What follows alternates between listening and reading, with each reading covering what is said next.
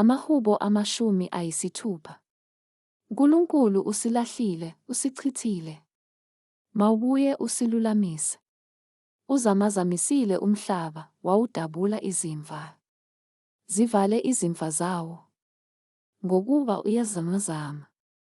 Isizwe sakho usibonisile izinto ezinzima.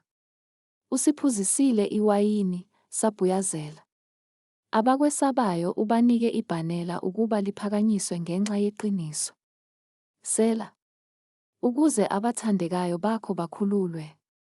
Sindisa ngesandla sakho sokunene, ungizwele. uNkulunkulu ukhulumile ebungcweleni bakhe, wathi, Ngiyakwethaba. Ngiyakulidabula iShekemi. Ngisilinganise isigodi saseSukoti. Ngowami uGileyadi. Ngowami uManase. U-Efrayimi uyisivikelo sekhanda lami. uJuda uyintonga yami yokubusa. uMowabi uyisitsha sami sokuhlambela. Phezu kuka-Edomi ngiphonsa isicathulo sami. Yethaba ngami, Filistiya. Ngubani oyakungiyisa emzini oqinileyo na? Ngubani oyakungiholela kwa-Edomi na? Akusiwena Nkulunkulu osilahlileyo na? Nkulunkulu, awusaphumi nezimpi zethu.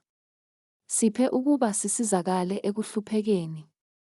Ngokuba ukusiza komuntu kuyize. NgoNkulunkulu siyakwenza izenzo zamandla.